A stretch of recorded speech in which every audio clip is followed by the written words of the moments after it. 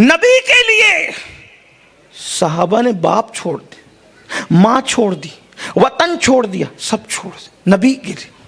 اور ہم شراب نہیں چھوڑنا. میری قوم زنا نہیں چھوڑ رہی ہے، میری قوم تاش کے پتے نہیں چھوڑ رہی، میری قوم عورتوں پر پاپ کی نظریں ڈالنا نہیں چھوڑ رہی. یہ سب چیزوں پہ جنت اور جہنم کے فیصلے کا ذکر نہیں کرتا. اتنا کہتا ہوں کہ اگر کوئی نوجوان عورت پر پاپ کی نظر ڈالتا ہے تو اس سے دل رسول اللہ کا دکھتا ہے. عاشق کیا نبی کا دل، اپنے محبوب کا دل دکھا سکتا ہے؟ کوئی عاشق بھی اپنے محبوب کا دل دکھاتا ہے؟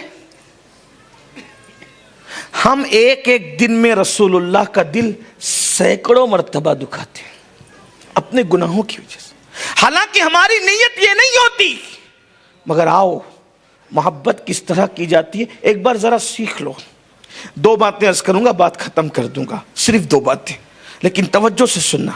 اور محبتوں کا صلہ کیا ہے؟ نمبر 1، ابھی میں بڑوں کی محبت کی بات نہیں کرتا. بڑوں کی محبت تو عجیب ہے، بہت بڑی. ایک بات آپ کو بتاؤں، بچوں کی عبادتوں کا بھی اعتبار نہیں ہے. میری دونوں باتیں اسی پر مکمل ہوگی، توجہ کرنا. بچوں کی عبادتوں کا بھی اعتبار نہیں ہے، لیکن بچوں کی عبادتیں غیر معتبر ہو سکتی ہے، بچوں کی محبتیں غیر معتبر نہیں ہو سکتی. محبت اس چیز کو کہتے ہیں، محبت اس چیز کو کہتے ہیں اگر بچے کو بھی ہو جائے تو وہ بھی بچے کو معتبر بنا دیتی. بچہ تو بچہ ہے، اگر جانور کو ہو جائے تو جانور بھی معتبر ہو جاتا. جانور تو پھر جانور ہے، پتھر کو ہو جائے پتھر بھی معتبر ہو جاتا ہے. پتھر کی باری تو جانوروں کے بعد آتی ہے. کیا لوگوں نے نہیں سنا؟ آقا ارشاد فرماتے ہیں مدینے میں ایک پہاڑ ہے جو مجھ سے محبت کرتا ہے، میں اس سے محبت کرتا ہوں. اگر کسی کو جنتی پہاڑ دیکھنا ہے تو احد پہاڑ کو دیکھ لیا جائے. پتھر ہو کر پیار کرے، اتنا نصیبہ بلند ہو جائے.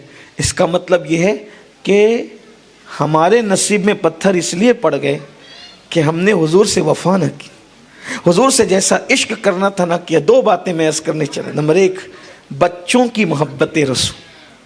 ابتدا اسی پہ کر رہے ہیں اور اسی پہ اینڈ کر دیں گے. بچوں کی عبادتیں معتبر نہیں ہوتی، لیکن بچوں کی محبتیں بھی معتبر ہوتی ہے. اور کیا صلہ ملتا ہے بظاہر. آئیے آپ کو بتاؤں. حضرت سیدنا زید بن حارثہ کا نام آپ نے سنا ہوگا. اپنے ننیال جا رہے تھے، ننیال جاتے ہوئے قافلہ لوٹ لیا گیا اور اس کے بعد مدینہ مکۃ المکرمہ کے بازار میں زید کو بچپنے میں ڈاکوؤں نے، گنڈوں نے بیچ دیا. اب حضرت زید کو حضرت سیدہ خدیجۃ الکبریٰ کے بھتیجے نے خرید لیا. بچے تھے، ننھے سے خرید لیا. اور حضرت زید بہت خوبصورت تھے، بڑے حسین و جمیل تھے. زید کو خرید لیا، خرید کر کے لائے. پھوپھی اماں یہ میں آپ کو تحفے میں دیتا ہوں، زید آپ اپنے پاس رکھ لیں. سیدہ خدیجہ ملکہ تجار تھی، بہت مالدار تھی. پورے مکے میں سب سے جو وہ خوبصورت بھی تھی، نیک بھی تھی، پارسا بھی تھی، علم بھی رکھتی تھی عورتوں میں سب سے زیادہ. اور ساتھ ہی ساتھ دولت اتنی تھی کہ پورے مکے والوں کے پاس جتنی دولت تھی سب کی ملا کر تنہا خدیجہ کی دولت کا مقابلہ نہیں ہو سکتا تھا. اتنی مالدار تھی سیدہ فاطمہ کی امی جان، اتنی مالدار تھی سید حسنین کریمین کی نانی جان، اتنی مالدار تھی مولا علی کی ساس، اتنی مالدار تھی ام المومنین سیدہ خدیجۃ الکبریٰ کہ ملکہ تجار کہلاتی تھی. اپنے وقت کی یعنی مکہ کی ملکہ تجار، تاجروں کی ملکہ. اندازہ فرمائیں یہ شان تھی. کبھی ان کی زندگی کے لیے وقت رہا تو کبھی گفتگو کریں گے، لیکن میں بس اتنا کہہ کر آگے بڑھتا ہوں کہ سیدہ خدیجہ کی اگر کوئی فضیلت نہ بھی بیان کی جائے تو ایک جملے میں سیدہ خدیجہ کی فضیلت سن لیں. خدیجہ وہ ہے کہ جو سیدہ فاطمۃ الزہرا کی امی جان ہے. ایک بات ذرا غور کر لیں، سیدہ فاطمۃ الزہرا کی امی جان ہے. اندازہ فرمائیں جو نبی کی جان، نبی جس کو اپنی جان کہیں، اس فاطمہ کی امی جان کو خدیجۃ الکبریٰ کہا جاتا ہے. اور عرش سے جن کے لیے سلام اور تسلیم نازل ہوتی ہے، اللہ جن کو سلام بھیجتا ہے، عرش سے اللہ نے کسی خاتون کو اگر سلام بھیجا ہے تو اس خاتون کو سیدہ خدیجۃ الکبریٰ کہا جاتا ہے۔ کیا شان ہے ان لوگوں کی، کیا مرتبے ان لوگوں کے، نبی کا گھرانہ کیا گھرانہ ہے، اللہ اللہ۔ اور پھر ان کی خصوصیت یہ ہے کہ حضور کی ساری اولادیں سیدہ خدیجہ سے پیدا ہوئی، سوائے حضرت ابراہیم کے وہ جناب سیدہ ماریہ قبطیہ سے پیدا ہوئے، لیکن حضور کی ساری اولادیں حضرت سیدہ زینب بنت محمد اما خدیجہ سے پیدا ہوئی، سیدہ ام کلثوم بنت محمد اما خدیجہ سے پیدا ہوئی، سیدہ رقیہ بنت محمد اما خدیجہ سے پیدا ہوئی، سیدہ کائنات مخدومہ فاطمۃ الزہرا اما خدیجہ سے پیدا ہوئی، حضرت سیدنا قاسم اما خدیجہ سے پیدا ہوئے، اور با اختلاف روایت طیب و طاہر بھی حضرت خدیجہ سے پیدا ہوئے۔ بہرحال لیکن حضور کی ساری اولادیں سوائے حضرت ابراہیم کے، تو بہرحال مختصر یہ کہ جب اللہ کے رسول صلی اللہ علیہ وآلہ وسلم کے ساتھ جناب سیدہ خدیجۃ الکبریٰ کا نکاح ہو گیا تو سیدہ نے اپنی پوری دولت حضور کے قدموں میں رکھ دی اور حضور کو پیش کر دیا، میرے سرتاج، ابھی نبوت کا اعلان نہیں ہوا، کہا میرے سرتاج یہ ساری دولت آپ کی ہے، سارا مال آپ کا ہے، سارے غلام آپ کے ہیں، ساری کنیزیں آپ کی ہیں، لیکن خاص طور پر ایک غلام کو لے جا کر کے کھڑا کیا اور وہ ننھے سے تھے اور جوانی کی ابتدا ہو رہی تھی، کہا کہ میرے سرتاج یہ بھی بچہ، یہ جو غلام ہے زید، یہ بھی آپ کا ہے۔ حضور علیہ الصلوۃ والتسلیم کی خدمت میں زید رہنے لگے، بچپنا تھا، خدمت کرتے آتے جاتے حضور علیہ السلام نے اتنا پیار دیا، ابھی نبوت کا اعلان نہیں ہوا، حضور نے اتنا پیار دیا، اتنا پیار دیا، اتنا پیار دیا کہ حضرت زید کے والد حارثہ کو اور ان کے چچا کو جب پتہ چلا، حج کرنے والوں نے بتایا کہ تمہارا بیٹا زید مکے میں ہے اور ایک ہاشمی کے پاس ہے، بنو ہاشم کے ایک فرد ہیں، ان کا نام محمد ہے، ان کے پاس ہے، تو انہوں نے کہا بنو ہاشم تو بڑے سخی لوگ ہوتے ہیں، بڑے کرم فرما لوگ ہوتے ہیں، کرم فرمائی کرتے ہیں اور بہت زیادہ معاف کرنے والے ہیں، سخاوت کرنے والے ہیں۔ تو حضرت زید کے والد اور چچا مکہ شریف آئے اور آنے کے بعد حضور سے ملاقات کی، اور ملاقات کرنے کے بعد آقائے کریم کا رخ انور دیکھا، حضور کا چہرہ دیکھا اور شعر پڑھے کہ اے بنو ہاشم تم لوگ تو بڑے سخی لوگ ہو، بڑے کریم النفس لوگ ہو، اور پھر بڑی تعریف کی عرب کے دستور کے مطابق۔ اللہ کے رسول علیہ السلام نے کہا مدعا کیا ہے، مقصد کیا ہے؟ کہا کہ اے محمد روح فدا صلی اللہ علیہ وسلم، میرا ایک بچہ ہے جس کا نام زید ہے، سنا ہے کہ وہ آپ کی خدمت میں رہتا ہے، میں اس کو لینے آیا ہوں، آپ جتنا مال کہیں گے، میں مالدار آدمی ہوں، دے دوں گا، جتنی رقم کہیں گے دے دوں گا، جتنا سونا کہیں گے دے دوں، سب دینے تیار ہوں، بس میرا بچہ مجھے لوٹا دیجئے۔ باپ ہوتا ہے نا، باپ کے اپنے جذبات ہوتے ہیں۔ اس وقت میرے آقا نے فرمایا ٹھیک ہے میں زید کو بلاتا ہوں، آپ کو صحیح پتا چلا ہے زید میرے ہی پاس ہے، زید یہی رہتا ہے، لیکن میں زید کو بلاتا ہوں، اگر زید تمہارے ساتھ جانے کے لیے تیار ہو گئے، اگر زید تمہارے ساتھ جانے کے لیے تیار ہو گئے، میں تم سے کوئی رقم نہیں لوں گا، میں تم سے کوئی مال نہیں لوں گا، ایسے ہی میں مفت میں زید کو تمہارے ساتھ کر دوں گا، اور اگر زید جانا نہ چاہیں تو میں ان پر دباؤ نہیں ڈالوں گا، ان کو زبردستی نہیں کروں گا۔ میرے آقا نے آواز دی، حضرت زید آئے، کیا نصیبے تھے ان لوگوں کے، حضور کے گھر میں رہتے تھے، حضور کے گھر میں پلتے تھے، حضور کے گھر میں بڑھتے تھے، حضور ان کو آواز دے کے بلاتے تھے، کیا نصیبے تھے ان کے۔ زید آئے اور آنے کے بعد حضور کو دیکھا، جی آقا ارشاد فرمایا انہیں جانتے ہو؟ پہلی مرتبہ باپ بیٹے کو، باپ تو رو رو کر برا حال کر چکا تھا، لیکن باپ نے بیٹے کو اور بیٹے نے باپ کو دیکھا تو زید نے فوراً کہا حضور یہ میرے بابا ہیں، میرے ابا ہیں یہ، اور یہ میرے چچا ہیں، زید یہ تمہیں لینے آئے، زید یہ تمہیں لینے آئے ہیں۔ زید حضور کے پیچھے چھپ گئے، نہیں میں نہیں جاؤں گا، میں نہیں جاؤں گا، زید تمہارے بابا ہیں، تم پہچان چکے ہو، وہ تمہیں لینے آئے ہیں، زید ہمیں پہچان چکے ہو، چلتے نہیں۔ زید نے کہا ابا آپ جتنا پیار نہیں دے سکتے اتنا پیار انہوں نے مجھے دیا ہے، سبحان اللہ، میں نہیں آؤں گا آپ کے ساتھ، آپ ان سے زیادہ پیار مجھے نہیں دے سکتے۔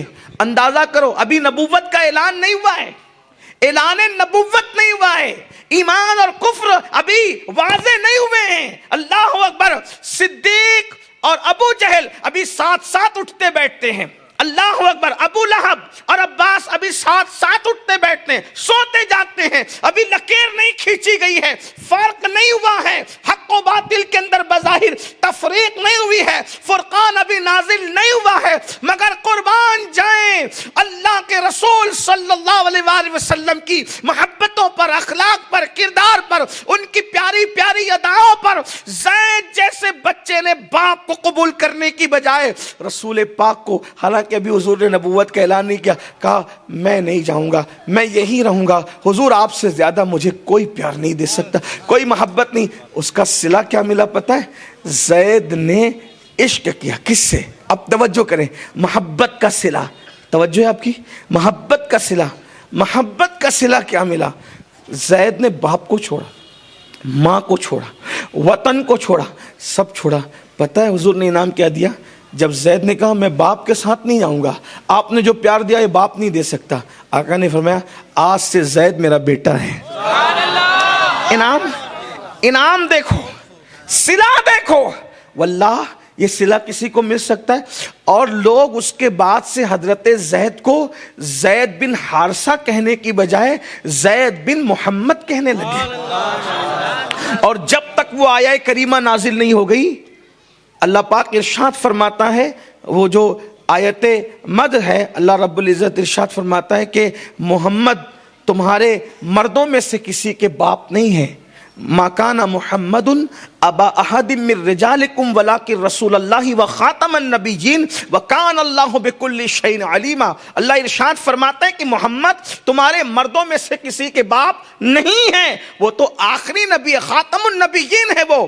اس وقت تک کہ لوگ زید بن محمد کہتے رہے حضرت زید بن حارثہ کو، لیکن آیت کے نزول کے بعد زید بن حارثہ ہی کہا گیا، مگر اللہ کے رسول علیہ السلام کے صحابہ حضرت زید کو ایسے ہی چاہتے تھے جیسے حضور کے بیٹے کو چاہا جاتا، حضرت زید کے بچوں کو ایسے ہی چاہتے جیسے زید کے جیسے حضور کے پوتوں کو چاہا جا سکتا تھا۔ بلکہ آپ کو بتاؤں ایک بات بڑی خوبصورت یاد آ گئی، حضرت زید کے پوتے مسجد نبوی میں تھے، توجہ کرنا، وہ خاص بات، اس حدیث کو امام اہل سنت نے اپنی کتاب میں نقل کیا، ٹھیک، بہت قریب کا حوالہ اس لیے دے رہا ہوں تاکہ آپ وہاں پہنچ سکیں، پھر انہوں نے جہاں سے نقل کیا ہے اصل تک آپ پہنچ جائیں گے۔ لیکن غور کرنا، حضرت عبداللہ ابن عمر صحابہ میں یہ وہ صحابی ہیں جو سنتوں کے بڑے عاشق تھے۔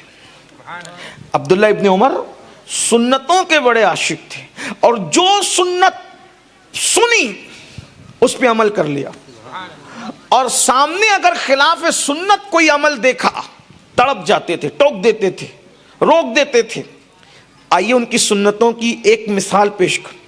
ایک مرتبہ کا واقعہ ہے، ایک سفر میں تھے، سفر میں ایک درخت کے نیچے سے گزرے، چلے گئے، پھر سواری پلٹا کے واپس آئے، پھر گزرے، پھر گزرے، پھر گزرے، بار بار گزرے، لیکن پھر ایک بار گزرے تو آپ کا امامے کا جو شملہ تھا وہ درخت میں اٹک گیا۔ خوش ہوئے، اللہ کا شکر ادا کیا۔ کسی نے کہا یہ بار بار درخت کے پاس سے آتے جاتے ہو اور یہ درخت کا شملہ درخت اٹک گیا، امامے کا شملہ درخت میں، تو خوش ہو رہے ہو، اللہ کا شکر ادا کر رہے ہو، وجہ کیا ہے؟ تو عبداللہ ابن عمر کیا کہتے ہیں بتائیں؟ اصل میں نے یہ اس لیے کیا کہ ایک مرتبہ اللہ کے رسول اس درخت کے نیچے سے گزرے تھے تو حضور کے امامے کا شملہ اس درخت میں اٹک گیا تھا۔ بھائی شملے کا درخت میں اٹک جانا تو یہ تو ایک حادثاتی طور پہ ہو سکتا ہے نا، ہمیشہ تو نہیں ہوتا، کسی کے ساتھ بار بار تو نہیں ہو سکتا۔ تو کہتے ہیں چونکہ حضور کا امامے کا شملہ درخت سے اٹکا تھا نا، تو میرا نہیں اٹکا، تو میں نے سوچا کہ یہ سنت پر بھی عمل ہو جائے، تو میں بار بار آتا جاتا رہا، جب تک اٹکا نہیں اس وقت تک میں یہاں سے نکلا نہیں۔ حالانکہ ایسی سنتوں پر عمل کا حکم نہیں ہے، یہ تو سنت اضطراری ہے، غیر اختیاری ہے، لیکن جس کو پیار ہو جاتا ہے محبوب سے، وہ محبوب کی اداؤں سے بھی پیار کرتا ہے۔ اللہ اکبر۔ اس قدر حضرت عبداللہ ابن عمر حضور کی سنتوں کے پابند تھے، بلکہ ایک مرتبہ کسی نے مسئلہ پوچھ لیا حج کے بارے میں، تو آپ نے حدیث پڑھی تو کسی نے کہا آپ کے ابا تو یہ کہتے ہیں، ان کے والد کون تھے؟ معمولی آدمی تو نہیں تھے نا، حضرت عمر ابن خطاب نے غیظ المنافقین امام المجاہدین مراد رسول حضرت فاروق اعظم. تو کسی نے کہا آپ کے ابا تو یہ کہتے ہیں, غصے میں آ گئے عبداللہ ابن عمر. کہا میں تجھے حضور کی حدیث سناتا ہوں, تم مجھے میرے ابا کی بات سناتا ہے.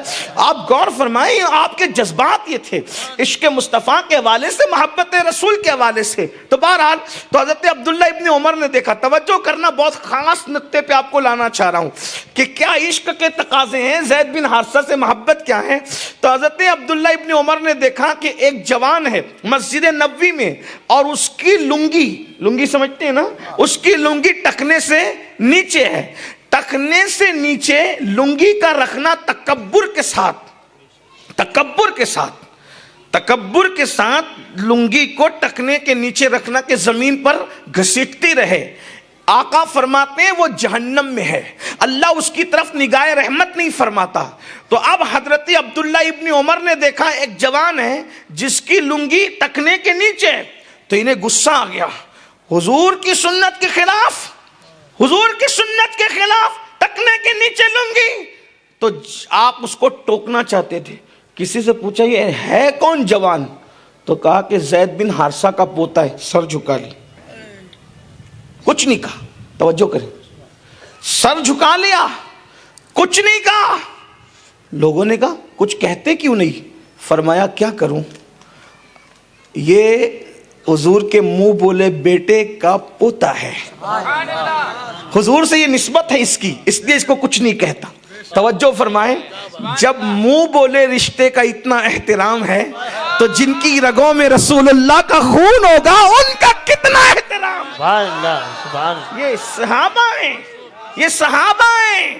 صحابہ کرام کی کیفیت یہ تھی, جب حضرت زید بن حارثہ سے پیار اور محبت کی بنیاد پر ان کے پوتوں کا بھی اتنا احترام تھا, ان کے بیٹوں کا بھی اتنا احترام تھا, تو جب سیدہ کائنات کی باری آتی ہوگی تو احترام کا عالم کیا ہوتا ہوگا, جب حسنین کریمین کی باری آتی ہوگی تو احترام کا عالم کیا ہوتا ہوگا. اسی لیے ہمارے ہر بزرگ نے صحابہ کے نقش قدم پر چلتے ہوئے اہل البیت سے پیار کیا.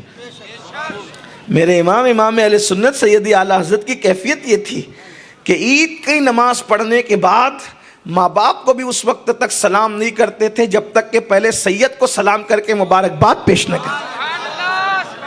لوگ سوچتے ہیں کہ امام احمد رضا کی کامیابی کا راز کیا. میں نے کہا ان کی کامیابی کا راز عشق رسول ہے, حضور سے سچی وفا ہے, حضور کی سچی محبت ہے.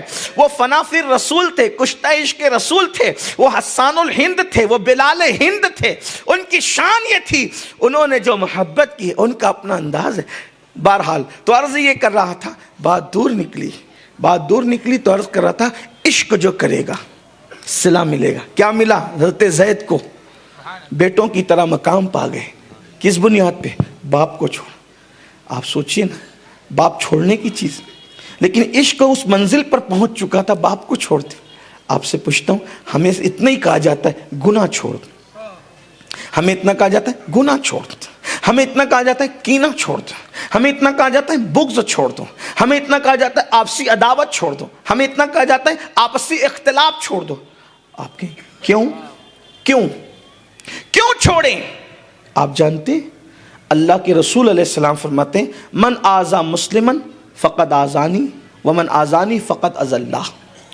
جس نے کسی مسلمان کو اذیت پہنچائی اس نے مجھ محمد کو تکلیف پہنچائی, اور جس نے مجھے تکلیف پہنچائی اس نے اللہ کو تکلیف پہنچائی, اور جس نے اللہ کو تکلیف پہنچائی اس کا ٹھکانہ جہنم ہے. اب آپ سوچیں, جب آپ کسی کو ماں بہن کی گالی دیتے ہیں, چاہے وہ سبزی بیچنے والا, چاہے وہ چپل جوتا بیچنے والا ہے تو مسلمان. اب آقا فرما رہے تم نے مسلمان کو تکلیف پہنچائی تو کس کو تکلیف پہنچائی؟ آپ اس کو مت دیکھو, اس کی اوقات مت دیکھو, یہ پھٹیچر ہے, غریب ہے, فقیر ہے, کچھ ہے, لیکن آپ تکلیف اس کو دیتے ہیں, دل کس کا دکھتا ہے بتاؤ؟ آپ ایک دوسرے پہ کیس کرتے ہو کورٹ میں جا کے, کس کا دل دکھتا ہے؟ میں کہتا ہوں اگر کروڑوں روپے کی جائیداد ایک طرف ہو اور حضور کا دل ایک طرف ہو, مسلمان کو چننا کسے چاہیے؟ آپ مجھے بتائیں. آپ کہتے ہیں میں تو فلاں کو قیامت میں بھی معاف نہیں کروں گا. میں کہتا ہوں اللہ کے بندے, حضور تو کہہ رہے ہیں کہ اگر باپ کا قاتل بھی معافی مانگے تو معاف کر دے حضور کی خاطر. حضور کی خاطر معاف. اور حضور علیہ السلام نے تو چچا کے قاتل کو معاف کیا, بتایا. حضرت امیر حمزہ کا قاتل سامنے آیا جناب وحشی کی شکل میں, تو انہوں نے کہا کہ آپ مجھے معاف نہیں کر سکتے؟ حضور نے کہا کیوں نہیں, بالکل کر سکتا ہوں, ایک ہی شرط ہے, مسلمان ہو جا, میں نے تجھے معاف کر دیا. حضور نے معاف فرمایا. اور آقا علیہ السلام فرماتے ہیں تم بندوں کو معاف کرو گے, اللہ تمہیں معاف کرے گا. تم جب تک اللہ کے بندوں کی مدد کرتے رہو گے, اللہ تمہاری مدد کرے گا. اگر تم اللہ کی مدد کے طلبگار ہو تو اللہ کے بندوں کی مدد کرو. تم زمین والوں پہ رحم کرو گے, ارحموا من فی الارض ویرحمکم من فی السماء, زمین والوں پہ تم رحم کرو, آسمان کا خالق تم پر رحم فرمائے گا. زمین والوں کی تم مدد کرو, آسمان سے مدد تمہارے لیے آئے گی. اور یاد رکھنا, تم کسی کی مدد اپنی طاقت کے مطابق کرو گے, اللہ تمہاری مدد اپنی شان کے مطابق فرمائے گا. تم کسی کو اپنی حیثیت کے مطابق دو گے, اللہ تمہیں اپنی شان کے مطابق عطا فرمائے گا. یہ کیا, تم نے تو اپنے بھائیوں سے رشتے توڑ رکھے ہیں, اپنی پھوپھیوں سے رشتے توڑ رکھے ہیں, اپنے رشتے داروں سے رشتے توڑ رکھے ہیں. اسلام صرف نماز روزہ ٹوپی داڑھی کا نام نہیں ہے, اسلام مکمل نظام حیات ہے, اسلام مکمل زندگی ہے, اسلام مکمل جو وہ صبح شام گزارنے کا انداز دینے والا ہے. اسلام قانون حیات ہے, نظام حیات ہے, نظام زندگی ہے. اس لیے ذرا سوچو تو صحیح, ہم رات دن حضور کو تکلیف پہنچا رہے ہیں, حضور کو اذیت پہنچا رہے ہیں. آقا علیہ السلام چاہتے تھے کہ کوئی جہنم میں نہ جائے, اور ہم لوگ کیا سوچتے ہیں کہ وہ جہنم میں جائے تو ہمیں خوشی ہوگی, حضور کو تکلیف ہوگی اور آپ کو خوشی ہوگی. کیسے عاشق ہو؟ نہیں, معاف کرنا سیکھو, محبت کرنا سیکھو. اور ایک بات آپ کو بتا دوں کہ جب تک مسلمان سے محبت کرتا تھا یہ حالات نہیں تھے. آج تو نفرتیں ہیں, زبان سے شعلے اگلتے ہیں, زبان سے اذیت پہنچا. اللہ کے رسول علیہ السلام فرماتے ہیں مسلمان وہ ہے جس کے ہاتھ اور زبان سے دوسرا مسلمان محفوظ رہے. آج ہم ہاتھوں سے بھی تکلیف دیتے ہیں, زبان سے بھی تکلیف دیتے ہیں. ہمارے بعض بزرگ تو اتنے محتاط تھے کہ انہوں نے کسی کو میت کی بھی خبر دینے سے احتیاط کیا. بھئی تو دے دے میت کی خبر, میں نہیں دیتا. کیوں؟ اگر میت کی خبر اس کو دوں گا تو اس کا دل دکھ کی خبر میں کسی کو سنانا نہیں چاہتا. غور کریں, دکھ کی خبر میں کسی کو سنانا نہیں چاہتا. یہ حالت تھی. آج ہمیں کیا ہو گیا, ہماری کیفیت کیا ہو گئی؟ آج ہم لوگوں کو دکھی کر رہے ہیں, لوگوں کے دلوں کو تکلیف پہنچانے. جب لوگوں کو ہم مصیبت میں دیکھتے ہیں تو خوش ہوتے ہیں. ایک بات آپ کو بتاؤں, بہت قیمتی بات. اللہ کے رسول علیہ السلام فرماتے ہیں جب تم کسی کو مصیبت میں گرفتار دیکھ کر خوش ہوتے ہو, توجہ کریں, عورتیں بھی, خواتین, مائیں بہنیں بھی, اگر کسی کو بیمار دیکھیں, اچھا ہوا یہ بھگت رہا ہے, اپنے کیے کی سزا اچھا بھگت رہا ہے, یہ کہتا ہے مسلمان کہتے ہیں. جاہل ہو گئے, ان پڑھ ہو گئے, گوار ہو گئے, معلوم نہیں ہے ان کو کہ مسلمان کو اللہ نے کیوں پیدا کیا, انسان کو اللہ نے کیوں پیدا کیا. اقبال کہتے ہیں درد دل کے واسطے پیدا کیا انسان کو, ورنہ عبادت کے لیے کچھ کم نہ تھے کرنو بیان. اللہ کے رسول صلی اللہ علیہ وآلہ وسلم کے فرمان کا مفہوم ہے جب تم کسی کو مصیبت میں دیکھتے ہو اور مصیبت میں دیکھ کر کے خوش ہوتے ہو تو جس کی مصیبتوں پر تم خوش ہوتے ہو اللہ اس پر رحم کر کے اس کی مصیبت دور کر دیتا ہے. اور خوش ہونے والا اس وقت تک مرے گا نہیں جب تک کہ وہ اس مصیبت میں گرفتار نہ ہو جائے. کسی کو بیماری میں دیکھ کے خوش ہونے والوں اب اس بیماری کے لیے تیار رہنا. کسی کو مصیبت میں دیکھ کے خوش ہونے والوں اب اس مصیبت میں تیار گرفتار ہونے کے لیے تیار رہنا. اور یاد رکھو اگر سچی توبہ کر لو اللہ سب معاف کر دے, لیکن اپنے دلوں کو صاف کر, اپنے دلوں کو پاک کرو. تو عرض کیا کر رہا تھا, حضور سے ہمارا رشتہ محبت ہے, اور محبت میں قربانی دی جاتی, چھوڑا جاتا ہے. آئیے جو دوسری اور آخری بات کرنا تھا وہ یہ کہ محبت کسی کو بھی ہو سکتی. محبت, ایک بات یاد رکھ, نصیب چاہیے عشق رسول کے. میں اکثر و بیشتر تقریر نہیں کرتا ہوں, میں کوشش کرتا ہوں کہ تقریر کرنے کی بجائے اپنے دل کا درد آپ کے دلوں کے دروازوں پہ رکھوں. اور میں آپ سب سے یہی چاہتا ہوں, آپ نے سب سے پیار کر کے دیکھا ہے, ایک بار میرے حضور سے پیار کر کے, واللہ العظیم اگر اکیلے رہو گے نا ایسا لگے گا کوئی تمہارے ساتھ ہے. مصیبت میں رو گے نا ایسا لگے گا کوئی تمہارے آنسو پوچھ رہا ہے. تکلیف میں رہو گے نا ایسا لگے گا کوئی تمہارے سینے پر تسلی کا ہاتھ رکھ رہا ہے. آپ عشق کر کے دیکھیں. لیکن واقعی جسے عشق کہتے ہیں, بہت بڑے لوگوں کو میں نے دیکھا ہے عشق کی بات سب کرتے ہیں, لیکن عشق عام طور پہ زیادہ تر لوگوں کے پاس ہوتا نہیں الا ماشاء اللہ. ایک بات, جب عشق ہوتا ہے تو نماز پر تقریریں سننے کی ضرورت نہیں پڑتی. آدمی بغیر تقریر کے نمازی بنتا ہے. عشق ہوتا ہے تو فجر کی نماز میں بستر اس کو کاٹے چبوتا ہے, کیونکہ اس کو فکر ہوتی ہے اگر میں سویا رہ گیا تو میرے محبوب کے دل پہ کیا گزرے گی. یہ ہوتا ہے عشق. عشق ہوتا ہے تو آدمی حرام لقمہ حلق کے نیچے نہیں اتارتا, کیونکہ اس کو خیال رہتا ہے ابھی جنت دوزخ کی بات نہیں جائے. یہ عشق بہت اوپر کی بات ہے. عشق بہت اوپر کی بات ہے, اس لیے کہ محبوب کے خیال سے آدمی سارے گناہ چھوڑتا ہے. وہاں نہ جنت میں جانے کا شوق ہے نہ جہنم میں جانے کا خوف ہے. وہ شوق اور خوف سے بہت بلند ہو جاتا ہے جسے عشق ہو جاتا ہے. لوگوں کو شاید عشق کی خبر ہی نہیں ہے. ایک مرتبہ کسی نے دیکھا کہ رابعہ ایک ہاتھ میں آگ اور دوسرے ہاتھ میں پانی لے کر کے جا رہی ہے, اور غصے میں کسی نے کہا مائی جلال میں جا کدھر رہی ہے؟ تو کہا اگر جنت ملے تو جلا دوں, جہنم ملے تو بجھا دوں. کہا وجہ تاکہ لوگ نہ جنت کے شوق میں عبادت کریں نہ جہنم کے خوف میں کرے, جو کرے محبوب کے عشق میں کرے. یہ کیفیتیں ہوتی عشق. اور عاشق جہاں پہنچتا ہے وہاں کوئی نہیں پہنچتا. فرشتوں کے پر تھکتے ہیں جہاں عاشق کی پرواز ہوتی ہے. آپ عشق کو سمجھے کیا ہے. اقبال نے اسی لیے قوم کو پیغام دیا ہے کہ قوم کو مضبوط کرنا ہے. اگر قوم کو مضبوط کرنا ہے اسے ہتھیار نہ دو, اسے عشق دو. اس لیے کہ ہتھیار ناکام ہو سکتے ہیں, عشق کبھی ناکام نہیں ہوتا. اسی لیے اقبال کہتے ہیں قوت عشق سے ہر پست کو بالا کر دے, قوت عشق سے ہر پست کو بالا کر دے, دہر میں اسم محمد سے اجالا کر دے. کی محمد سے وفا تو نے تو ہم تیرے ہیں, یہ جہاں چیز ہے کیا لوح و قلم تیرے ہیں. دیکھا نہیں بدر میں بھی ہتھیار اور عشق کا مقابلہ ہوا. 1000 ہتھیار لے کر آئے تھے, 313 عشق لے کر آئے تھے. ہتھیار والے ہار گئے, عشق والے جیت گئے. کربلا میں 22,000 ہتھیار لے کر آئے تھے اور 72 عشق لے کر آئے تھے. 72 عشق والے جیت گئے, ہتھیار والے ہار گئے. نعرے تکبیر, نعرے رسالت. یا رسول یا رسول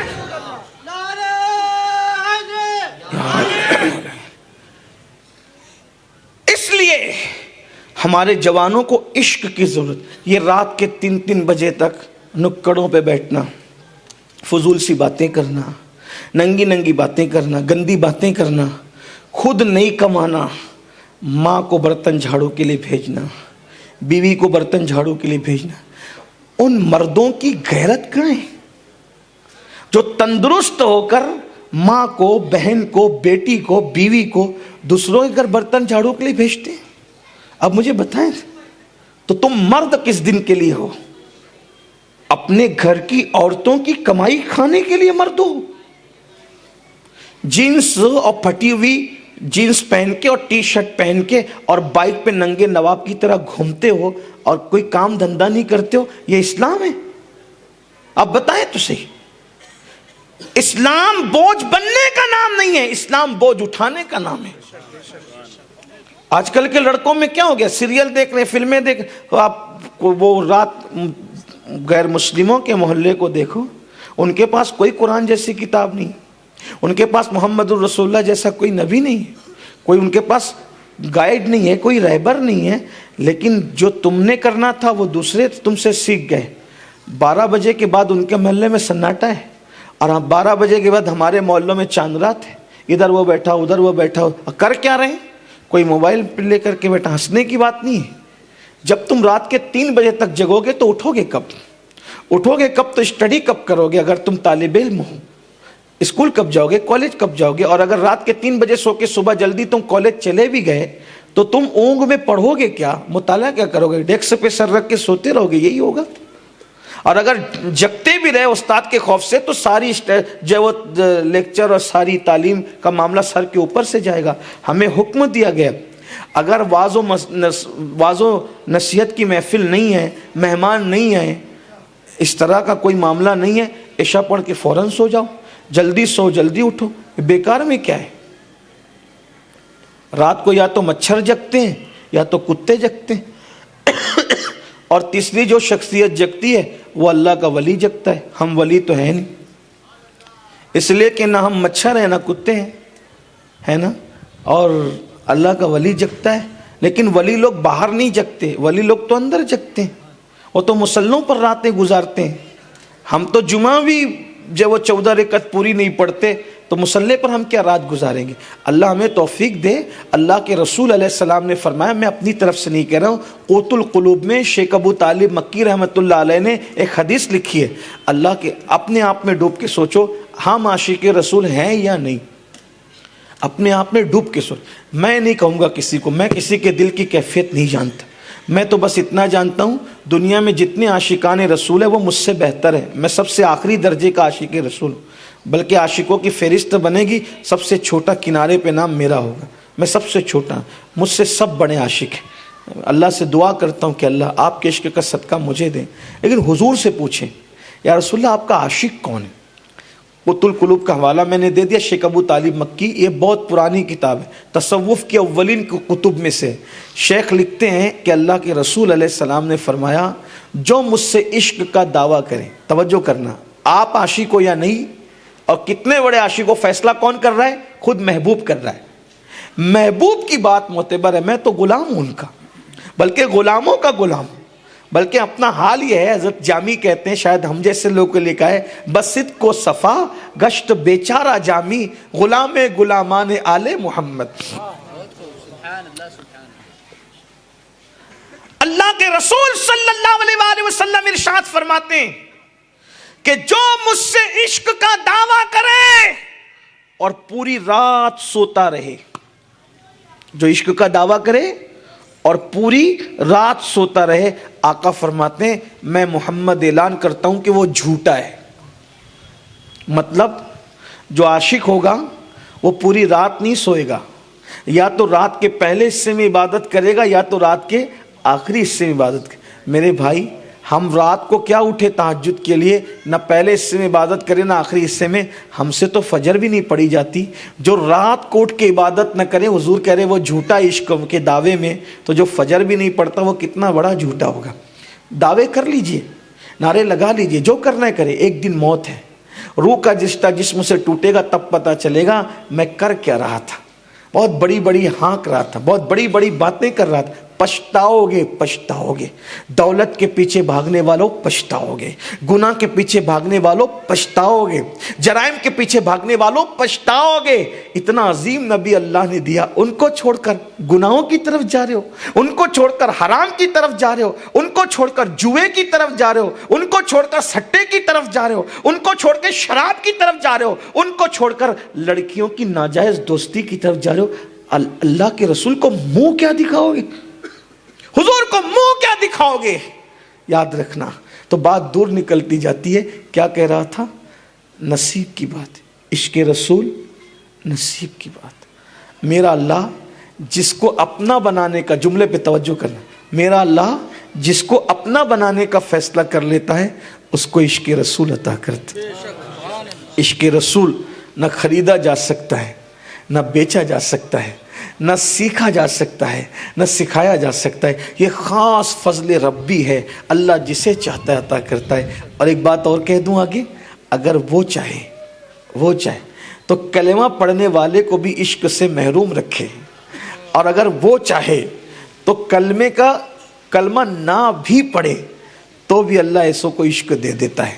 لیکن کلمہ نہیں پڑھنے والا جب عشق کرتا ہے نا، کلمہ نہیں پڑھنے والا جب عشق کرتا ہے نا، تو اللہ اس کو مرنے سے پہلے کلمے کی توفیق ضرور دیتا ہے، کیونکہ اللہ کو یہ گوارا نہیں ہے جو میرے یار سے یاری کرے وہ جہنم میں جائے، اللہ کو یہ پسند نہیں ہے۔ کیوں؟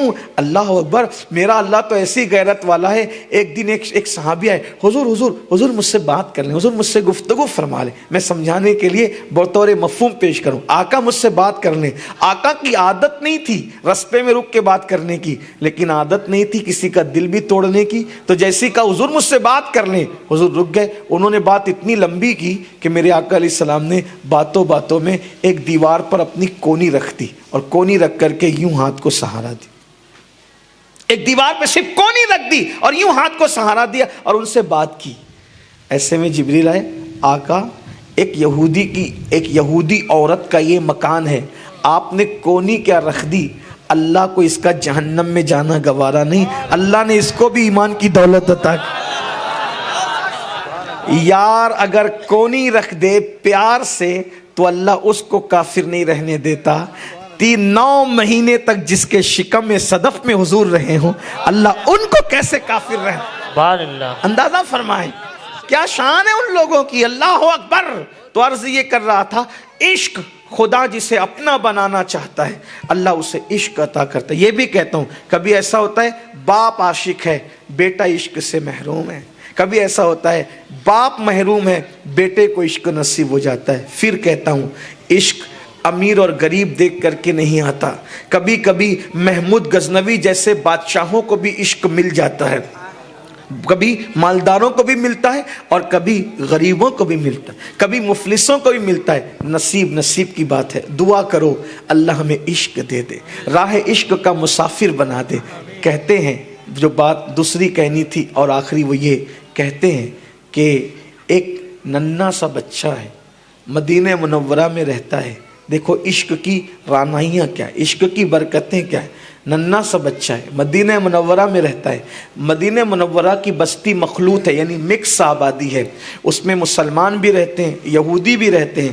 وہ ننھا سا بچہ ایک یہودی کا بچہ ہے، وہ یہودی کا بچہ آتا جاتا ہے مسلمانوں کے محلوں میں۔ ایک بار اس کی نظر پڑ گئی، بطور مفہوم اس کی نظر پڑ گئی حضور پر۔ حضور ایسے تھے نا کہ جو ان کو دیکھ لیتا تھا فدا ہو جاتا تھا، جو حضور کو دیکھ لیتا تھا شیدائی ہو جاتا تھا۔ بس ان کے کرم کی بات ہے، جس کے لیے پردے اٹھا دیے اس کو اپنا بنا لیا۔ میرے امام کہتے ہیں اٹھا دو پردہ دکھا دو چہرہ کہ نور باری حجاب میں ہے، زمانہ تاریک ہو رہا ہے کہ مہر کب سے نقاب میں ہے۔ یا رسول اللہ آپ پردہ اٹھائیں تو پھر کیا بات ہو۔ ایک مقام پر کہتے ہیں یہی منظور، بلکہ استاد زمن کہتے ہیں، یہ استاد زمن کہتے ہیں بہت خوبصورت انداز میں کہتے ہیں کہ یہی منظور تھا قدرت کو کہ سایہ نہ بنے، ایسے یکتا کے لیے ایسی ہی یکتائی ہو، ایسے یکتا کے لیے ایسی ہی یکتائی ہو، دل میں ہو یاد تیری گوشے تنہائی ہو، پھر تو خلوت میں عجب انجمن آرائی ہو، آستانے پہ تیرے سر ہو اجل آئی ہو، اور اے جانے جہاں تو بھی تماشائی ہو۔ اللہ اکبر۔ آقا کریم کی شان بڑی نرالی، حسن اللہ نے اتنا دیا اتنا دیا اتنا دیا کہ ان جیسا حسن کسی کے پاس نہ تھا۔ یہودی کا ننھا سا بچہ آقا کو دیکھتا ہے اور دیکھ کر حضور کے لیے اس کے دل میں عشق پیدا، یہودی کے بچے کے دل عشق پیدا ہو گیا۔ وہ مسجد نبوی میں آنے جانے لگا، حضور کی خدمت کرنے لگا۔ آقا علیہ السلام کی ایک عادت تھی کہ حضور کبھی کسی بچے کو بھی نظر انداز نہیں فرماتے تھے۔ ننھا سا بچہ ہے آتا ہے جاتا ہے حضور کی خدمت کرتا ہے، حضور اس کو پیار دیتے ہیں۔ اللہ اکبر۔ ایک دن اس کے باپ کو کسی نے چغلی لگا دی کہ تیرا بچہ تو مسلمانوں کے محلے میں جاتا ہے، مسلمانوں کے نبی سے ملتا ہے، مسلمانوں کی مسجد میں جاتا ہے، تو چونکہ وہ یہودی اور دنیا کی بدترین قوم جو ہے وہ یہودی، دنیا کی بدترین قوم یہودی ہے۔ اللہ نے یہودیوں کی جتنی مذمت اور برائی قرآن میں بیان کی ہے اتنی برائی اللہ نے کسی قوم کی بیان نہیں فرمائی ہے۔ لیکن بہت معذرت کے ساتھ میرے جوانوں، آج آپ لوگوں نے یہودیوں ہی کو آئیڈیل بنایا ہے، پوری زندگی یہودیوں کے طرز پہ گزار رہے ہو۔ پھٹی ہوئی جنس کس کا طریقہ ہے، کھلے ہوئے سر کس کا طریقہ ہے، کھانا پینا اٹھنا بیٹھنا کس کا طریقہ ہے۔ اتنے اچھے نبی کا کا طریقہ چھوڑ کر یہودیوں کے طریقے پہ چل رہے ہو، اللہ اکبر، اللہ کی پناہ۔ اور یاد رکھنا، یہودیوں کے طریقے پہ چلنے والوں، جس کے طریقے پہ دنیا میں چلو گے قیامت کے دن اسی کے ساتھ اٹھو گے۔ سوچو تو صحیح، جن کے لیے قرآن مغضوب کہتا ہے، کیا ان کے ساتھ اٹھنا تمہیں پسند ہے؟ اللہ کے بندو، یہ دنیا چند دن کی ہے، یہ دنیا اور دنیا کی رانائیاں چند دن کی ہے۔ ایک دن جوانی بھی جائے گی، دنیا بھی جائے گی، مال بھی جائے گا، حسن بھی جائے گا، جمال بھی جائے گا، سب جائے گا۔ ہمیں بھی یہاں سے جانا ہے۔ انا للہ و انا الیہ راجعون، ہم اللہ کے ہیں، اللہ کے لیے اسی کی طرف لوٹ کر کے جانا ہے، اللہ کی طرف لوٹنا ہے۔ حضور سے دل لگاؤ، آقا کی سنتوں پہ عمل کرو، آقا کے فرامین پر عمل کرو، قرآن کے قانون کو اپناؤ، اپنی زندگی ایک سچے مسلمان کی حیثیت سے گزارو۔ ننھا سا بچہ ہے، یہودی کا ہے، اس کے باپ کو چغلی کر دی، باپ نے کہا خبردار، آج کے بعد تم ادھر نہیں جاؤ گے۔ بچہ تھا، چھوٹا بچہ، باپ نے کہا نہیں جاؤ گے، جانا بند ہو گیا، گھر میں اس کو روک لیا گیا۔ لیکن آپ کو حیرت ہوگی، وہ بچہ تھا لیکن سچا عاشق رسول تھا۔ بچپنے میں اس کو عشق مل گیا۔ جب حضور علیہ السلام کو اس نے نہیں دیکھا چند دن تک تو اس سے برداشت نہیں ہوا، وہ حضور کی محبت میں بیمار پڑ گیا، حضور کے عشق میں بیمار پڑ گیا۔ اور پتہ ہے، جب اس کا باپ حکیموں کے پاس لے جاتا، طبیبوں کے پاس لے جاتا، بڑے بڑے حکیموں سے علاج کراتا، وہ دوائیاں دیتے، اس کو شفا نہیں ملتی، بیماری بڑھتی جاتی۔ مرض عشق کا بیمار بھی کیا ہوتا ہے، جتنی کرتا ہے دوا درد سوا ہوتا ہے۔ ایک دن بیماری جب بہت بڑھ گئی اور بہت بڑھ گئی تو وہ بستر پہ پڑا ہوا، اس کی آنکھوں سے گرم گرم آنسو نکل رہے تھے۔ باپ پوری حسرت کے ساتھ اپنے اکلوتے بیٹے کو دیکھ رہا تھا اور باپ کہہ رہا تھا کاش تو اچھا ہو جاتا، کاش کہ تو اچھا ہو جاتا، میں نے تجھ پہ بہت رقم خرچ کی لیکن افسوس کوئی دوا نے تجھ پہ اثر نہیں کیا۔ بچہ کہتا ہے بابا اگر آپ ناراض نہیں ہو تو ایک بات کہوں؟ کہ بولو۔ بابا اب میں بچوں گا نہیں، اب میں مر جاؤں گا، دنیا سے چلا جاؤں گا، میرا آخری وقت ہے، شاید زندگی کا آخری دن ہے، بابا کیا آپ میری آخری خواہش پوری کر سکتے؟ اس کے باپ نے کہا میری جان، میں تو تجھے شادی کا دولہا بنانا چاہتا تھا، ایک باپ کے جذبات اولاد کے حق میں اور کیا ہوتے ہیں، میں تو تجھے شادی کا دولہا بنانا چاہتا تھا، تجھے شادی کا دولہا نہ بنا سکا، لیکن میرے لال تیری آخری خواہش تو دنیا سے جاتے جاتے ضرور پوری کروں گا۔ بابا آپ پوری کر دیں گے نا؟ ہاں بیٹا، اگر اپنی پوری دولت داؤ پہ لگانی پڑے تو لگا دوں گا، لیکن میں ضرور تیری آخری خواہش پوری کروں گا۔ تو بابا میری آخری خواہش کا تعلق دولت سے نہیں ہے، مال سے نہیں ہے، محنت سے نہیں ہے، بہت چھوٹی سی خواہش ہے، لیکن ظالم معاشرہ شاید آپ کو وہ خواہش پوری کرنے نہ دے۔ تو باپ نے قسم کھائی جو داؤ پہ لگانا پڑے میرے لال میں سب داؤ پہ لگا دوں گا، لیکن تیری آخری خواہش پوری کروں گا۔ تو بیٹے نے کہا بابا میں مریض عشق ہوں بابا، مجھے عشق ہو گیا ہے بابا، اور میرے محبوب سے آپ نے مجھے روک دیا، اس لیے میرا یہ حال ہو گیا۔ بیماری مجھ سے عشق کی برداشت نہ ہو سکی، ان کی جدائی میں برداشت نہیں کر سکا، اور اب گھل گھل کر کے حالت یہ ہے بابا کہ میں مرنے والا ہوں، بس آخری خواہش یہ ہے کہ کسی طرح میرے آقا کو اطلاع کر دے، میرے محبوب کو، میں دنیا سے جاتے جاتے ایک بار ان کی زیارت کر لوں۔ بات آگے بڑھانے سے پہلے صرف اتنا کہنا چاہتا ہوں، یہودی کا بچہ تھا، مسلمان نہیں تھا، کلمہ نہیں پڑھتا تھا، حضور کے لیے اتنا تڑپ رہا تھا، اتنا رو رہا تھا، اتنا بلک رہا تھا، حتیٰ کہ بیمار ہو گیا تھا حضور کے غم میں۔ اے مسلمانوں کے بچوں، اے مسلمانوں، اے پیدائشی مسلمانوں، سوچو تو صحیح، پیسے گم ہونے پر روئے ہو، کسی کی میت پہ روئے ہو، گانے سن کے روئے ہو، غزل سن کے روئے ہو، سیریلوں کے اندر ہیرو ہیروئن کے جدائی کے مناظر دیکھ کر روئے ہو، کیا کبھی اپنے نبی کے لیے بھی روئے ہو؟ کبھی ان کے لیے بھی تڑپے ہو؟ کبھی ان کے لیے بھی آہو بکا کیا ہے؟ کبھی ان کے لیے بھی آنسو بہایا ہے؟ بتاؤ، جس کے لیے بھی رو گے پانی بن کے بہہ جائے گا، ان کے لیے رو گے موتی بنا کر سمیٹ لیا جائے گا۔ خدا کی عزت کی قسم، کوئی عبادت نبی کے عشق میں رونے کے برابر نہیں ہو سکتی۔ ساری عبادتیں غم نبی کے بعد درجہ پاتی ہے۔ آپ کیا سمجھتے ہیں؟ عشق کو آپ نے سمجھا کیا ہے؟ ہم نے سمجھا کیا ہے؟ ہم نے عشق کی باتیں کی ہے۔ ننھا سا بچہ کہتا ہے بابا ایک بار میرے آقا سے کہہ دے میں بیمار ہوں، بس ان کو دیکھ لوں اور پھر مر جاؤں۔ اللہ اکبر۔ باپ نے کہا بیٹا میں تو جاؤں گا، مجھے پتا ہے اگر میں مسجد میں چلا گیا تو یہودی سماج میرا بائیکاٹ کر دے گا، لیکن تیرے بعد ہر دکھ جھیل لوں گا، میں جاؤں گا۔ مگر بیٹا کیا تیرا محبوب بھی آئے گا؟ کیا وہ بھی آئے گا؟ اگر میں گیا بھی ساری تکلیفیں مول لے کے تو کیا وہ بھی آئے گا؟ ایک تو بچہ ہے، بچوں کی حیثیت کیا ہوتی ہے؟ اگر تو بڑا ہوتا، صاحب حیثیت ہوتا تو وہ آتا، کہا بابا اس کے یہاں امیر و غریب کا فرق نہیں ہے، اس کے یہاں چھوٹے بڑے کا فرق نہیں ہے، بابا آپ اطلاع کریں وہ ضرور آئیں گے، ایک بار اطلاع تو کریں ان کو۔ وہ یہودی بوجھل قدموں سے، بھاری قدموں سے مسجد نبوی کی طرف گیا۔ کیا میرے آقا ہے؟ صحابہ جھرمٹ میں لے کر میرے سرکار کو بیٹھے ہوئے تھے۔ آقا علیہ السلام اور صحابہ نے جیسے یہودی کو آتے دیکھا، سرکار کی نگاہیں اٹھی۔ آقا نے پوچھا کیا بات ہے؟ اس نے نظریں جھکا کے کہا میرا بیٹا آپ کا عاشق ہو گیا ہے اور میں نے اسے روک لیا تھا، مجھے احساس نہیں تھا کہ وہ آپ سے عشق کر بیٹھا، میں نے تو اسے تعصب کی وجہ سے روکا تھا، اور اب وہ آخری وقت ہے اس کا، شاید چند لمحوں کے بعد اس کا چراغ سحر بجھ جائے اور اس کی زندگی کا چراغ گل ہو جائے، کیا آپ اس کے لیے آ سکتے ہیں؟ تو صحابہ کرام نے اس کی آقا وہ جو بچہ حضور کی خدمت میں آتا تھا چند دنوں سے نہیں آ رہا ہے، اسی بچے کی بات ہے۔ آقا فوراً اٹھے، کہا چلو چل کر اس کی عیادت کرتے ہیں۔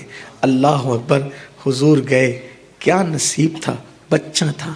دیکھو بچوں کی عبادتیں معتبر نہیں ہوتی، لیکن بچے کے عشق نے اسے کس مقام پہ پہنچایا کہ حضور جان عبادت اس کے گھر تک آ رہے ہیں، اللہ کے رسول اس سے ملاقات کے لیے آ رہے ہیں۔ یہ بات کہہ دوں اشارے میں، اگر کوئی سچا عشق کر لینا تو حضور اس کے پاس بھی آتے جاتے رہتے۔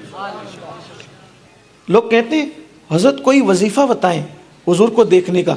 اللہ کے بندو عشق کر لو، کبھی بلایا کریں گے کبھی خود آیا کریں گے۔ عشق تو کریں نا، عشق کر کے دیکھیں۔ دراصل سارے مسئلے یہ کہ عشق نہیں کیا۔ یاد جب تک زنا کی محبت دل میں رہے گی حضور نہیں آئیں گے دل، جب تک تاش کے پتنوں کی محبت دل میں۔ عاشق بہت پوتر ہوتا ہے، عاشق بہت صاف دل ہوتا ہے، عاشق کے دل میں بڑا تقدس ہوتا ہے۔ اللہ اکبر۔ عشق کی آگ ہر گناہ کی محبت کو جلا دیتی ہے، ہر گناہ کی محبت کو ختم کر دیتی ہے۔ اللہ اکبر۔ جیسے ہی کہا میرا بیٹا بیمار ہے حضور چلیں، حضور اٹھ کے کھڑے، چلو اس کے گھر چلتے۔ آئے اور آ کر کے حضور اس کے بستر پہ بیٹھ گئے۔ اس کا مطلب اور اشارہ، مطلب عاشق جب دنیا سے جاتا ہے اور وہ چاہتے ہیں تو روح نکلتے وقت وہ سرہانے آ کر کے جلوگر ہوتے ہیں۔ اگر کرم فرمانے پر آئے تو پھر ان کے کرم کی بات ہی الگ ہے۔ سر پہ ہاتھ رکھا، کیسے ہو؟ وہ پھوٹ پھوٹ کے رو پڑا، یا رسول اللہ مجھے آپ سے روک دیا گیا آقا، اور آپ کے بغیر میں رہ نہ سکا، اپنے غم کا اظہار کر نہیں سکتا تھا، بچہ تھا، اس لیے حضور جب مجھ سے غم برداشت نہیں ہوا تو بیماری کی شکل میں غم نکل گیا، اور آقا کوئی دوا نے مجھ پہ اثر نہیں کیا۔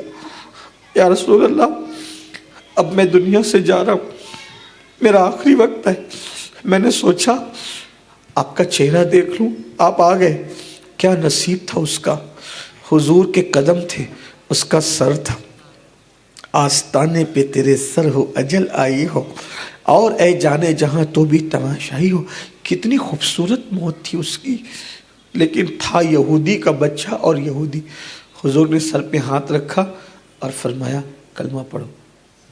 حضور نے تلقین کی، صاحب کلمہ نے کلمے کی تلقین کی، کلمہ پڑھو۔ اس کا مطلب عشق سچا ہونا کوئی کلمے کی تلقین کرے نہ کرے، وہ سر پہ ہاتھ رکھ کے خود کلمہ پڑھانے آتے ہیں۔ عشق سچا ہو، عشق سچا ہو، بہت فائدے ہیں۔ دنیا کے بادشاہ تمہاری غلامی کریں گے، عشق کر کے دیکھو۔ آقا نے سر پہ ہاتھ رکھ کے کہا کلمہ پڑھو۔ بچہ تھا نا، باپ کو دیکھا کیا کروں، حضور کلمے کی تلقین کرنے کیا کروں۔ اس کا باپ یہ محبت دیکھ چکا تھا، ڈیر ہو چکا تھا، اس نے آنکھ سے اشارہ کیا جو کہتے ہیں کر لیں۔ اس نے پڑھا لا الہ الا اللہ محمد الرسول، حضور کو دیکھا کلمہ پڑھا، حضور کو دیکھا۔ حضور علیہ السلام اٹھے، توجہ کریں، حضور علیہ السلام اٹھ کے جیسے ہی باہر آئے، آقا اس کا انتقال ہو گیا۔ یعنی کلمہ پڑھنے اور انتقال کے درمیان ایک بار سبحان اللہ، الحمدللہ، اللہ اکبر، نماز روزہ کچھ بھی اس کو کرنے کا موقع نہیں ملا۔ ادھر کلمہ پڑھا، حضور کو دیکھا، آقا باہر آئے، انتقال ہو، حضور اس کا انتقال ہو گیا۔ اچھا انتقال ہو گیا، حضور کا اللہ تیرا شکر ہے کہ اس کو ایمان نصیب ہو گیا، اللہ تیرا شکر ہے اس کو ایمان نصیب ہو گیا۔ فرمایا پوچھو اس کے باپ سے کیا ارادہ ہے۔ صحابہ اس کے باپ کے پاس گئے، بچے کو عشق کا انعام کیا مل رہا ہے، بچے کو عشق کا انعام کیا، اس کے باپ سے پوچھو کیا ارادہ ہے، پوچھے کیا ارادہ ہے، بولے کہ ہم لوگ یہودی ہیں، تم مسلمان ہو، ایک کام کرو، اس کو تم لے کے چلے جاؤ، اس کا لاش تم لے کے جاؤ اور تم کو اپنے حساب سے جو کرنا ہے وہ کرو، میں کچھ نہیں کروں گا۔ صحابہ نے کہا آقا اس کا باپ تو کہہ رہا ہے کہ لاشا لے کے جاؤ اور اپنے حساب سے جو کرنا ہے کرو، کیونکہ یہ مسلمان ہو گیا، میرے سامنے مسلمان ہوا، اب ہم کیا کریں اس کو۔ آقا لے آؤ لاشا، لاش لے کر کے آئے۔ حضور یہ لاشا، یہ میت کہاں سے اٹھے گی، کس کے گھر سے اٹھے گی؟ آقا نے فرمایا اس کا جنازہ میرے گھر سے اٹھے گا۔ نصیب دیکھیں، حضور کے گھر سے جس کا جنازہ، عشق کا انعام دیکھیں۔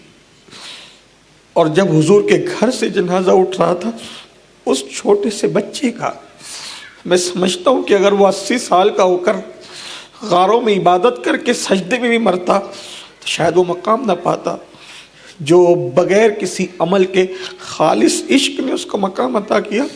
حضور کے گھر سے جنازہ اٹھا اور صحابہ لے کر کے جب جنازہ چلے تو حضور پورا پیر نہیں رکھتے تھے، انگلیاں رکھتے تھے، انگلیاں۔ صحابہ کہتے تھے آقا آپ انگلیاں رکھتے ہیں؟ فرمایا اس کے جنازے میں آج اتنے فرشتے آئے ہیں کہ پیر رکھنے کے لیے مدینے کی زمین پر جگہ نہیں ہے، اس لیے میں انگلی رکھ کر کے چل رہا ہوں۔ جب جنازہ جنت البقیع میں پہنچا، جنازہ اٹھا تھا حضور کے گھر سے، جنازہ پہنچا جنت البقیع میں، آقا نے فرمایا اس کی قبر میں میں خود اتروں گا، اور اللہ کے رسول اس کی قبر میں خود اترے، اس کو ہاتھ میں لیا اور ہاتھ میں لے کے اس ننھے سے بچے کو قبر میں جب لٹا رہے تھے تو حضور کے پسینے ٹپک رہے تھے۔ صحابہ نے دیکھا قبر میں اتارتے وقت تو حضور کو پسینہ، تو جب حضور باہر آئے تو پوچھا آقا قبر میں اتارتے وقت تو اتنا پسینہ اچانک کیسے آ گیا؟ آقا فرما رہے تھے کہ جب میں اس کو رکھ رہا تھا تو جنت کی حوریں اس کی قبر میں دوڑ رہی تھی، تو اتنی بھیڑ آ گئی کہ مجھے دور کرتے کرتے پسینہ آنے لگا، اور پھر اس عاشق زار کو اللہ کے رسول اور صحابہ نے آنسوؤں کی سوگات کے اندر قبر کے سپرد کیا۔ عشق بچے کے، وہ بھی یہودی کے بچے کو عشق کا یہ انعام ملا۔ مسلمانوں کے بچوں، ایمان والوں کے بچوں، پیدائشی مسلمانوں، مجھے بتاؤ تو صحیح، حالانکہ وہ تو شرف صحابیت پا گیا بچہ، لیکن ان کے صدقے میں اگر ہم واقعی عشق کریں، میری گزارش ہے اپنے بچوں کو بھی عشق کی طرف لاؤ۔ عشق کیسے پیدا ہو؟ آقا پہ درود پڑھو، حضور کی سیرت پڑھو، حضور علیہ السلام کا ذکر پڑھو، حضور کے معجزات پڑھو، جو کتابیں حضور کے معجزات پر علماء اہل سنت نے لکھی ہے وہ پڑھو، جو عشق رسول پہ بیانات ہے، سیرت رسول پہ بیانات ہے، عظمت رسالت پہ بیانات ہے وہ پڑھو، اور حضور سے ٹچ ہو جاؤ، اپنے دل کا اٹیچمنٹ حضور کی طرف بڑھاؤ اور اللہ سے دعا کرو کہ اللہ مجھے عشق دے۔ انشاءاللہ جب دل میں عشق پیدا ہوگا تو گناہوں سے نفرت پیدا ہوگی، گناہوں سے دوریاں پیدا ہوگی۔ برائیوں کا خاتمہ عشق رسول کے سوا نہیں ہو سکتا۔ اگر برائیوں کو معاشرے سے ختم کرنا ہے، عشق رسول کو عام کیا جائے۔ اللہ تعالیٰ سے دعا ہے اللہ سب سے پہلے مجھ گنہگار کو اور آپ سب کو توفیق عطا فرمائے۔ گفتگو کے درمیان اگر کوئی غلطی ہو تو اللہ تعالیٰ معاف کرے۔ استغفر اللہ ربی ان ربی لغفور الرحیم۔